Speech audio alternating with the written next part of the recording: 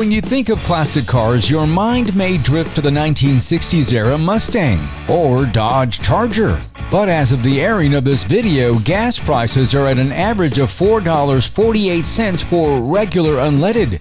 So we've decided to add a gas-sipping compact car to the classics list. This is the story of the Geo Metro. The Geo Metro, it sips gas, it barely uses any. My friends think my Metro is great because of the gas mileage that it gets. All the money that I save on gas, I put away for a rainy day. I feel really sorry for gas. The Geo Metro has become a cult classic, with the high fuel economy XFI being the holy grail of the Metro-centric world. The inexpensive, simple Geo Metro was GM's last attempt to create a car with excellent gas mileage without using the slightest bit of technology. There was an era when GM was loath to slap a Chevy badge on anything imported or created from a joint venture with a foreign automaker. Instead, they formed the Geo brand and used it to sell several vehicles mainly through Chevrolet dealers. Products sold under the Geo banner included the Geo Tracker, which was based on the Suzuki Sidekick, the Geo Storm, which shared a platform with the Isuzu Impulse, and the Geo Spectrum, which was basically an Isuzu iMark. The Geo Metro. Bright, new, and import-inspired. Finally, there was a fuel-efficient Geo Metro, which followed up the Chevy Sprint in the brand's U.S. lineup. It was available from 1989 through 1997 under the Geo brand and for a few more years as the Chevy Metro. Based on the second-generation Japanese-market Suzuki Coltus, the Geo Metro was built at a GM-Suzuki joint venture plant in Canada. A similar vehicle was also sold in the U.S. as a Suzuki Swift. For much of its lifespan, the Metro was available in two-door hatchback, four-door hatchback, four-door sedan, and convertible body styles. At the time, it was the least expensive convertible you could buy in America. While all Metros were pretty Spartan affairs, there was one that was stripped to the bone for maximum fuel efficiency. The Metro XFI was introduced in 1990, strutting into the market with exceptional fuel economy numbers, especially in the pre-Prius world. The EPA initially rated the Geo Metro XFI at 53 miles per gallon in the city and 58 miles per gallon on the highway. They later changed their testing and lowered their estimates to 43 mpg in the city and 52 mpg on the highway. So people ask, why is the Geo Metro so special?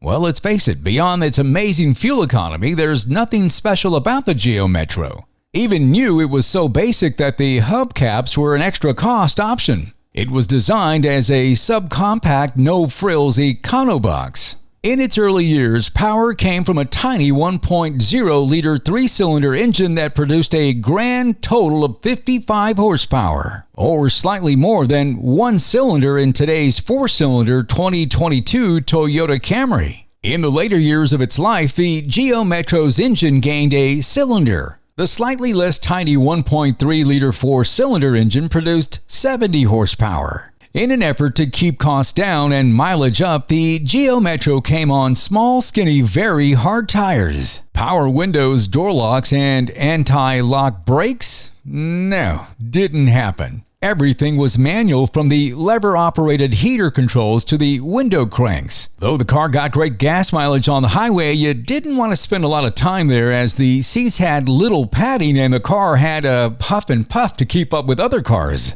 In most early Metros, there was one airbag in the steering wheel, and unfortunately the passenger, well, they didn't get an airbag.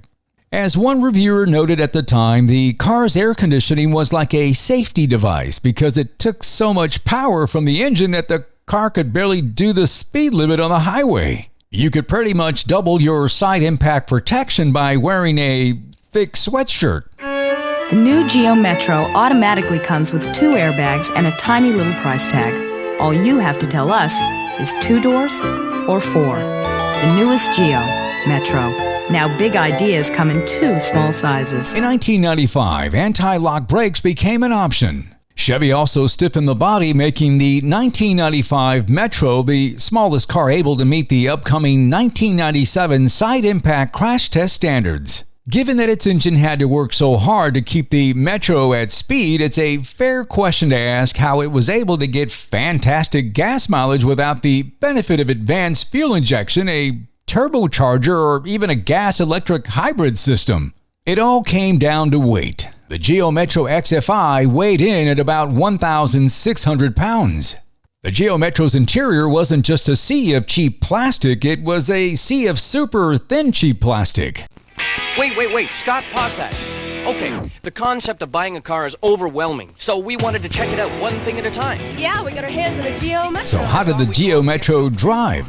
If the freeway on-ramp was downhill, it was possible to reach the speed of traffic by the time you had to merge. If you had to go up an on-ramp to merge, a few Hail Marys were in order, and you'd have time to say them. 0 to 60 miles per hour was leisurely at best and terrifying at worst. Though the engine was tiny, its cabin-filling racket under acceleration was mighty, as the Metro didn't have much sound insulation. When driving at highway speeds, there was a continuing battle between engine and wind noise to see which could dominate. Like many econoboxes of the time, the Geo Metro steering is not what you'd consider precise. The vehicle's engineers obviously figured that a lightweight vehicle only needed lightweight brakes, so it didn't stop that well either. So why all the buzz back then and why all the buzz now? Well, whenever there's a spike in gas prices, consumers are drawn towards ways to use less gas. That invariably leads them to cars like the super high-mileage Geo Metro. Enthusiasm for the Geo Metro grew to almost cult-like status during a 2008 run-up in fuel cost, with Metro XFI models commanding prices near their original sticker prices. Car and Driver even used a 1998 Chevy Metro in a fuel mileage comparison with the 2010 Honda Insight and 2010 Toyota Prius. The Metro beat the hybrids. Even if your car buying budget isn't very big, you shouldn't buy a Geo Metro. While it might give you excellent fuel economy, the trade-off in safety, performance, and reliability are too high to justify a purchase. A quick search of pre-owned cars in the U.S. shows dozens of models priced below $5,000. Most are 6 to 12 years old, so they have anti-lock brakes, an array of airbags, and meet more stringent crash test requirements than the Geo Metro. By the late 1990s, GM shut down Geo and moved its remaining products under the Chevy umbrella. The Geo Metro was replaced first by the Chevrolet Aveo and later the Chevrolet Spark. Well, that about wraps it up on the story of the Geo Metro. We want to thank everybody for watching, and thanks to our subscribers for making our channel happen. If you're not a subscriber, man, do so now. Just hit that subscribe button. It's very simple. It's free. It didn't cost anything. Hey, leave us a thumbs up, subscribe, and hit that bell for future notifications. This is Michael J. with the Boker Brothers YouTube channel. Thank you guys for watching, and thank you guys for subscribing. Take care.